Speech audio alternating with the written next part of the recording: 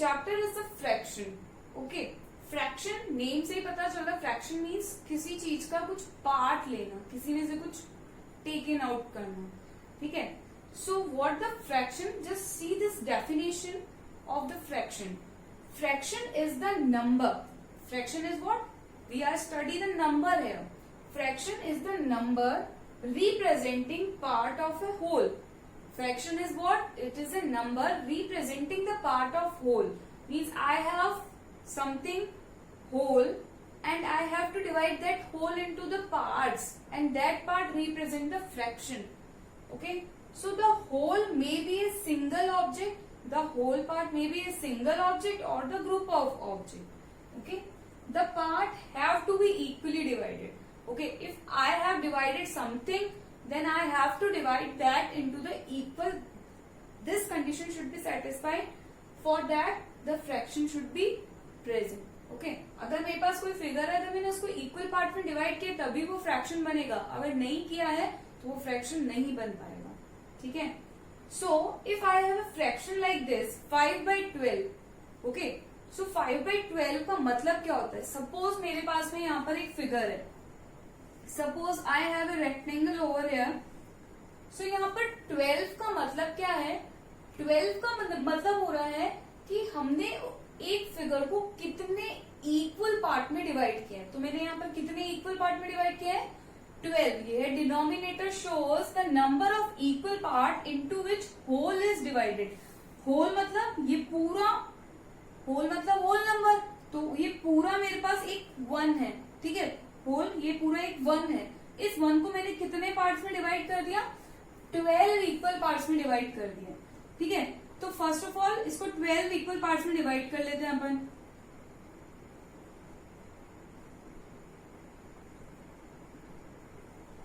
One two three four 5 6 7 8 9 10 11 12.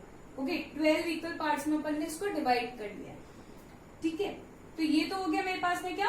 Fraction मतलब एक figure को डिवाइड कर दिया. ठीक है. पार्ट्स बना दिए इसके. अब 5 क्या है यहाँ पर? 5 है number of equal part which have been taken out. Suppose मुझे यहाँ पर 5 पार्ट को शेड करना है, तो मैंने ये 5 पार्ट शेड कर दिए. कोई से भी 5 पार्ट्स हो सकते हैं because all are equal. So 1 2 3 4 5 parts मैंने शेड कर दिए. तो अगर अब मुझे बोले इस फिगर का फ्रैक्शन निकालो, तो इस फिगर का फ्रैक्शन क्या होगा? टोटल इक्वल पार्ट्स कितने हैं? 12. तो 12 आएगा डिनोमिनेटर में, जिसमें से शेड कितने कर दिए मैंने? 5, यानी 5 taken out from here. So 5 will be into the numerator. 5/12 is the fraction of this figure. Okay. So what I am doing into the fraction, I have divided something into the equal parts and then finding the fraction of each. This part fraction is 1/12, then 2/12, 3/12, 4/12, 5/12, 6/12, 7/12, ऐसे करके last में मेरे पास क्या हो जाता है? 12/12 हो जाता है. 12/12 मतलब 1. ठीक है. तो इस according we have finding the fraction here. So in the fraction, if I have a fraction हमेशा न्यूमरेटर बाय डिनोमिनेटर फॉर्मेट में ही होगा. Okay, the upper part, the 5 is the numerator over here and the 12 is the denominator over here. What is here? 5 is the numerator and 12 is called the denominator. So in the always denominator में क्या आएगा? Total number of equal part into which figure is divided. Okay, and numerator में क्या आएगा? हमेशा questions में जब आप क्वेश्चन सॉल्व करोगे न्यूमरेटर में आएगा the part which is taken out. Okay, अगर कोई फिगर है, फिगर में बोला इतना पार्ट शेड किया हुआ है तो इसका आपको फ्रैक्शन निकालना है. तो पहले तो उसमें देखो कि कितने total number of equal part है, फिर उसके शेडेड पार्ट देखो, तो shaded part divided by total part, वो आपका आंसर होगा. ठीक है. इस टाइप के क्वेश्चन आएंगे. या आपको फ्रैक्शन दे देंगे और बोलेंगे कि इसको शेड करो. ठीक है.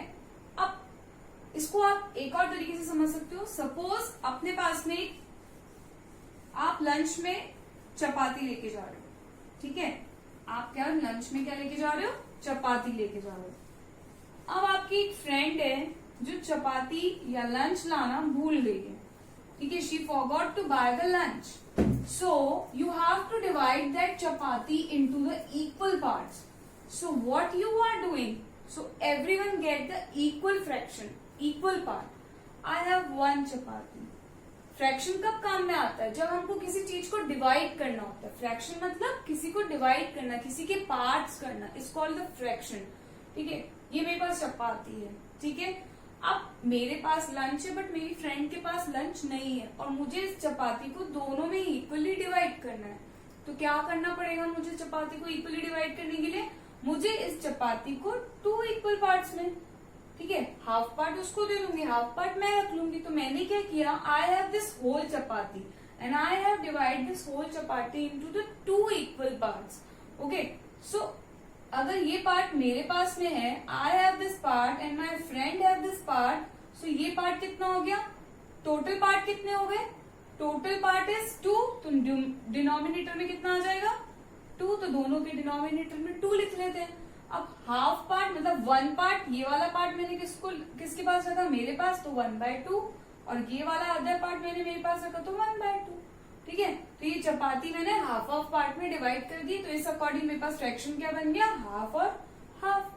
ठीक है, अगर मेरे पास सपोज 4 मैं लंच लेके आई हूँ, मेरे अदर 3 फ्रेंड्स लंच लेके नहीं आए हैं. ठीक है, if I have to divide this chapati into the 4 persons, so what I have to do here? I have divided this chapati into the 4 equal parts.